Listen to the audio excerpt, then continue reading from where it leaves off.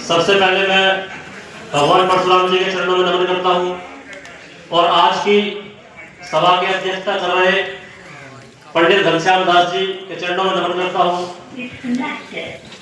मंच पर बैठे हुए सभी ब्राह्मण समाज के विद्वानों के चरणों में नमन करता हूँ और आज जो दूर दूर से यहाँ पर ब्राह्मण समाज के सभी विद्वान लोग आए हैं, मैं सभी को नमन करता हूँ। आज बड़े हर्ष का विषय है कि मुजफ्फरनगर में अखिल भारतीय ब्राह्मण महासभा द्वारा सम्मान समारोह का आयोजन किया गया है, जिसमें ब्राह्मण समाज के लोग एकत्रित हुए हैं। ये अपने में बड़ी बात है कि किसी भी समाज के लोग एक मंच पर आए, एक दूसरे का सम्मान करें और एक दूसरे को आगे बढ़ाने के लिए काम करें। आज अगर मैं अखिल भारतीय ब्राह्मण महासभा की बात करूं, पिछले लंबे समय से यह संगठन पूरे उत्तर प्रदेश सहित देश के अलग अलग राज्यों में काम कर रहा है और लगातार ब्राह्मणों को एकजुट करने का काम कर रहा है। हमारे पश्चिम के प्रदेश प्रभारी और पश्चिमी प्रदेश अध्यक्ष विजेंद्र शर्मा जी जो दिन रात काम कर रहे हैं ब्राह्मण को एक करने के लिए, मैं नमन करता हूं ऐसे ब्राह्मण समाज के हीरे को जो लगातार अपने ब्राह्मण समाज को एक करने का काम करते हैं। और मैं देखता हूं कि किसी भी ब्राह्मण समाज के किसी भी व्यक्ति पर अगर कोई समस्या आती है तो अपना काम छोड़कर दिन रात वहां पर जाने का काम, उनका समाधान करने का काम करते हैं। मैं नमन करता हूं ऐसे व्यक्ति को। आज यहाँ पर मुझसे बहुत बड़े बड़े विद्वान बैठे हुए हैं, बहुत ज्यादा एक्सपीरियंस में लोग बैठे हुए हैं। मैं बस मुझे 5 मिनट का समय दिया गया है तो मैं कोशिश करूंगा 4 मिनट में अपनी बात खत्म कर दूं ताकि और लोगों की बात सुनने का भी मुझे मौका मिले। सबसे पहली चीज, ब्राह्मणों को जो जाना जाता है, मैंने भी पढ़ाई में एमटेक किया हुआ है, सरकारी इंजीनियर में रहा हूं और सरकारी इंजीनियर की नौकरी छोड़कर लगातार काम कर रहा हूं और कोई ऐसी ब्राह्मण सभा नहीं है जहां पर मैं नहीं जाता या ब्राह्मणों के बीच में नहीं जाता हूं। अभी 4 फरवरी को गढ़मुक्तेश्वर में एक ऐतिहासिक ब्राह्मण महाकुंभ हुआ था जिसमें हजारों की संख्या में लोग आए थे और बड़े भाई विजेंद्र शर्मा जी के नेतृत्व में वो कार्यक्रम हुआ था।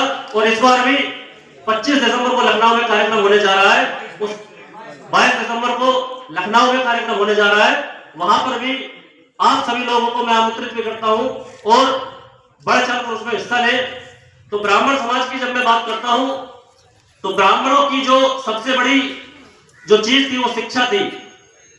बड़े बड़े राजा महाराजा उनसे शिक्षा लेते थे और उनके बताए हुए रास्ते पर चलते थे। लेकिन आज हम लोगों ने उस शिक्षा से दूरी बनाते हम लोग जा रहे हैं। आज सरकारी नौकरियों में हम लोग देखेंगे कि आरक्षण की वजह से हम लोग वहां तक नहीं पहुंच पा रहे हैं। तो मैं आप सभी लोगों से यह कहना चाहता हूं कि शिक्षा को ना छोड़ें, क्योंकि वो हमारी जड़ है। क्योंकि अगर हमने अपनी जड़ ही छोड़ दी, जिस चीज के लिए हम लोगों को जाना जाता था, अगर वो हमने छोड़ दिया तो हम लोग अपने जिस काम के लिए जाने जाते थे उसको हम लोग ना छोड़ें। दूसरा, रोजगार। आज जितने भी लोग हैं, अगर हम लोग रोजगार से मजबूत रहेंगे, चाहे वो अपना कुछ काम कर रहे हो या नौकरी कर रहे हो, अपने जो गरीब भाई बहन हैं उनका साथ ना छोड़ें।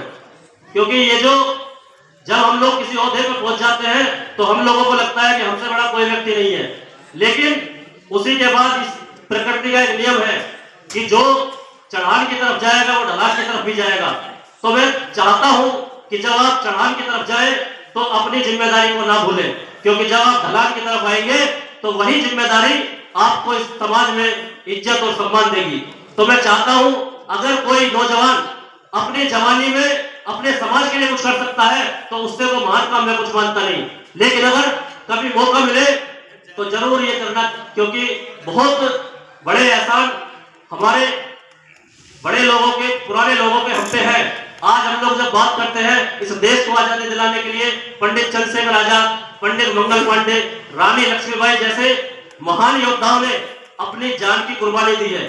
नेताजी सुभाष चंद्र जैसे योद्धाओं ने अपना बलिदान दिया है, तब जाकर आज हम खुली हवा में सांस ले रहे हैं। तो ये जो जीवन हमें मिला है इसकी एक जिम्मेदारी है और मैं चाहता हूं कि उस जिम्मेदारी को हम निभाएं, क्योंकि ये जो आज हम खुली हवा में सांस ले रहे हैं इसके पीछे कई लोगों ने त्याग किया है, बलिदान किया है, अपनी जान तक दी है। तो हम लोग चाहते हैं कि जब हम कोई अच्छा काम कर रहे हो, जब हम कुछ अच्छा, चाहे रोजगार कर रहे हो, अच्छा अगर चाहे नौकरी कर रहे हो तो अपने गरीब भाई बहनों को ना छोड़े।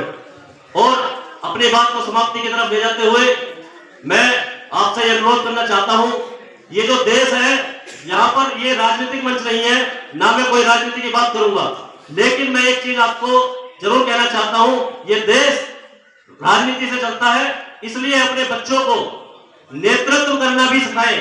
कहीं ना कहीं किसी ना किसी क्षेत्र में नेतृत्व करना भी सिखाएं। जब वो नेतृत्व करेंगे अपनी लड़ाई लड़ना सीख जाएंगे, और जब अपनी लड़ाई लड़ना सीख जाएंगे अपने समाज की लड़ाई लड़ेंगे, क्योंकि लड़ने वाले दो चार होते हैं और जिनका जीवन परिवर्तित होता है वो लाखों करोड़ों में होते हैं।